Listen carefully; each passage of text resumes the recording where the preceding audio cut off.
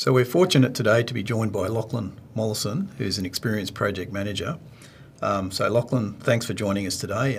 We're really interested in risk management application within a project setting. So just wondering if you could share some thoughts. So perhaps to kick off with, perhaps if you could just share with us how you've seen the risk management application evolve over the last few years in a project context.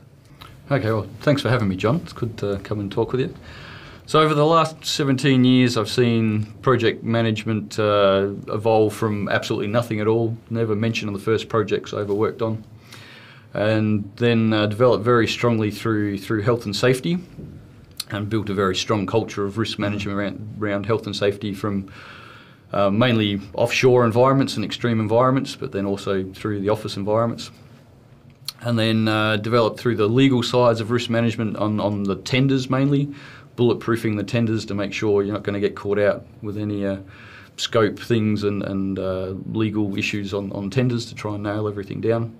And eventually over the last probably 4 or 5 years, it's taken on more of a service quality focus, where we're looking at the risks of what's involved in the project and the risks to achieving the project and achieving the client's objectives.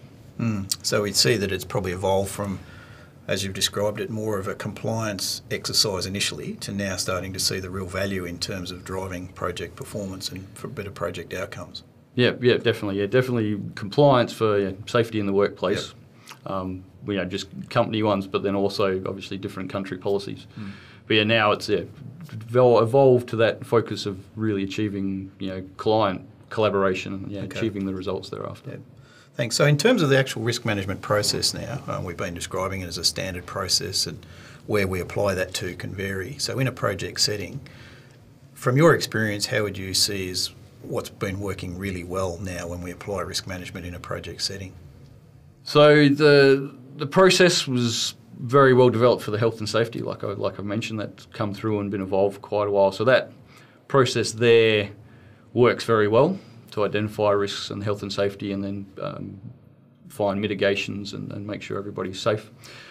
And then that's then also working with taking the same sort of process and taking that through to the service quality. So while the area of risk you're looking at is different, the process works well in any setting, so you can apply it throughout. You don't have to recreate the wheel of your different risk settings.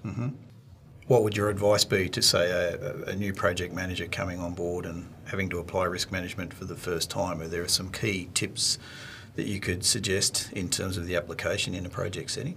Yeah, definitely. Key one is don't skip it. Do it. There'll always be the project time constraints and pressure to get the project up and running. Taking that time to do your risk management and identify risks that are going to impact on your objectives. That's critical, otherwise they're just going to come and get you later on. But it can be very challenging as a leader. You really need to often push back against key stakeholders that are really pushing on only considering the delivery time. But taking that time to start with prevents time loss and quality failures and cost overruns later on. So taking the time to start with is definitely the key thing. So in doing that, with that, extending that forward, taking the time, does that mean spending a little bit of time in ensuring that we truly understand that it's about risks against your specific objectives?